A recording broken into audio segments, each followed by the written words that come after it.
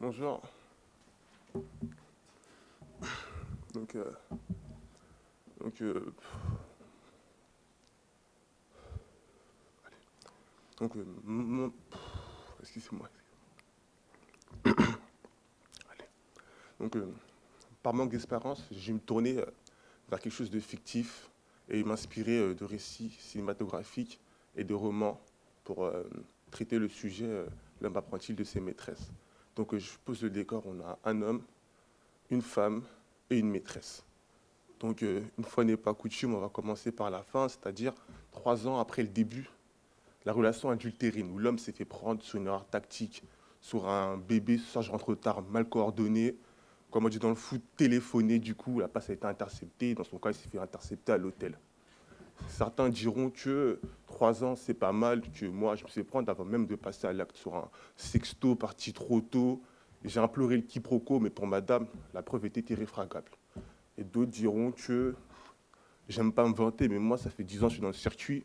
Et grâce à mon doctorat en informatique, spécialité disquette, qui va de bébé, ce soir, je rentre tard, bébé, j'ai un coloc, bébé, viens, on fait un break, ou bébé, ce soir, je sors chez ta sœur. Pour le dernier, j'en suis pas fier, j'ai dû mouiller un peu, sans faire exprès. Accidentellement, j'ai roulé sur mon beau-frère. Mais bon, voilà. Donc revenons à Jack, c'est comme ça que l'homme, nous appellerons l'homme. Donc Jack se morfond.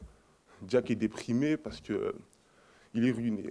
Il pense à la pension alimentaire, prestations compensatoires, à la garde des enfants. Jack est foutu. J'entends déjà dire que il avait qu'à y penser avant d'aller tromper son câble Jack un peu partout. Mais Jack a dit que Jack n'est qu'un homme.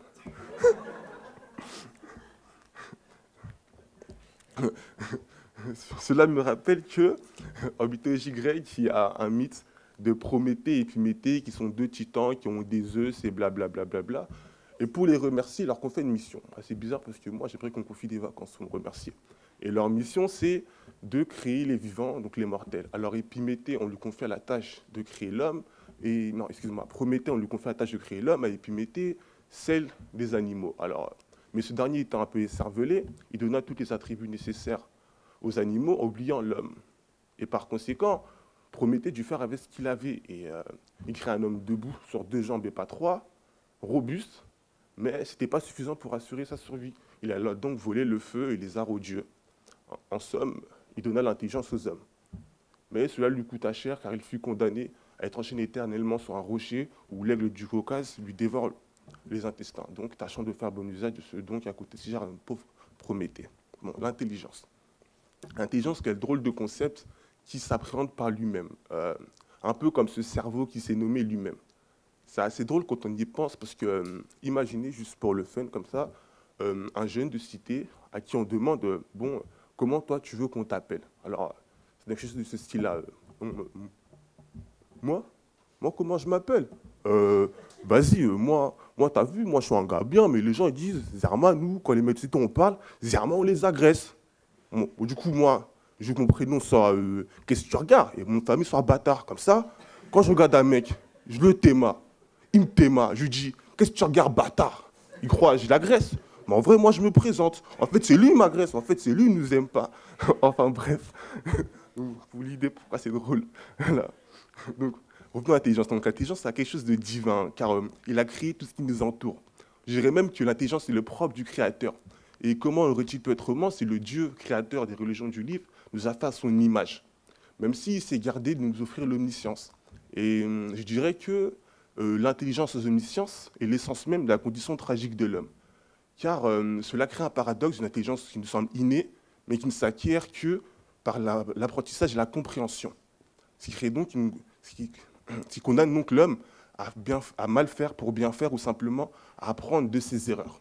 Mais bonne nouvelle, nous savons désormais que nous pouvons nous améliorer, apprendre de nos erreurs, donc apprendre, excusez-moi, nous pouvons nous améliorer, donc toujours apprendre et plus que tout, apprendre de tout. Mais je ne dis pas du premier coup, car nous savons que la première fois, c'est généralement on est minable, la seconde aussi, mais ça, vous le saviez. Il est donc un devoir pour nous de nous poser la question après chaque expérience, qu'ai-je appris aujourd'hui? que l'homme apprend-il de ses maîtresses? Alors, premièrement, que le jeu n'en vaut pas la chandelle, basique. Deuxièmement, que lorsqu'on a une maîtresse et qu'on aime plus sa femme, ou plutôt qu'on l'aime plus suffisamment pour ne pas en avoir. Simple. Donc, Aurélien, tout va bien. Mais quelque chose me perturbe. Parce que Cécilia, c'est comme ça que nous appellerons la maîtresse, s'est-elle présentée sur le chemin de Jack, tel un ange de l'enfer venu lui annoncer que l'amour est mort?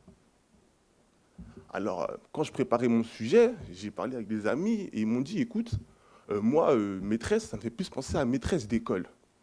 Ou une maîtresse déguisée en maîtresse d'école. Mais bon. Mais bon.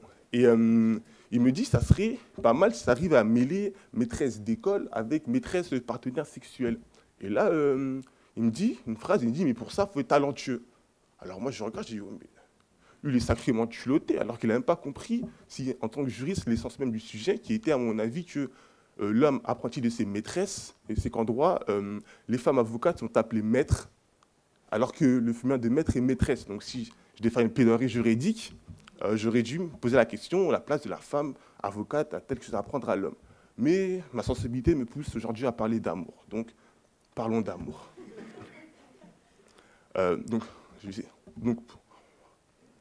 Parlons d'amour. Donc, on a dit que l'homme apprend de ses erreurs. Et comme le dit si bien le poète urbain ROH2F, un mec bien tient compte de ses erreurs, mais un monstre ne tient pas compte de ses horreurs. Donc, cherchons de savoir quelle est l'erreur de Jack. Moi, je dirais qu'il a commis une erreur, c'est d'avoir 2 certitudes au lieu de 3. La première est celle qu'il existe. Celle-ci a été brillamment démontrée par le cogito de Descartes. La seconde est qu'il aime. Celle-là se démontre assez facilement car l'amour se prouve lorsqu'on l'éprouve. Et la troisième est qu'il est aimé. En gros, pour faire simple, il a pris l'amour de sa partenaire pour acquis. Et Jack, en tant qu'homme, en tant que mâle, en tant que chasseur, se dit, c'est bon, là j'ai conquis un territoire, je m'en vais ailleurs voir si l'herbe est plus verte, ou plus broussailleuse, ou pas. Mais... Donc, je dirais que l'amour a ce quelque chose d'étrange qui est que, excusez-moi, donc l'amour a quelque chose d'étrange qui est que, lorsqu'on pense l'avoir trouvé, on le perd.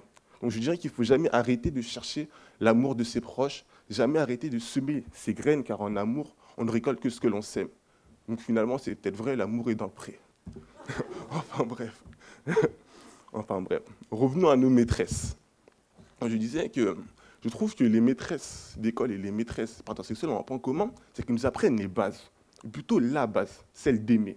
Car finalement, le but d'une maîtresse d'école, ce n'est pas de nous apprendre à faire des maths ou à lire, mais plutôt de nous apprendre à aimer faire des maths ou à aimer lire. Tandis que l'autre maîtresse à partir sexuelle nous apprend, elle, que l'amour est mort. Mais ce n'est pas la fin. Car, excusez-moi, que l'amour est mort, mais ce n'est pas la fin, car il suffit d'en semer les graines pour récolter à nouveau. Donc je pense que c'est ce qu'il faut apprendre de nos maîtresses. Que l'amour n'est pas mort. Merci.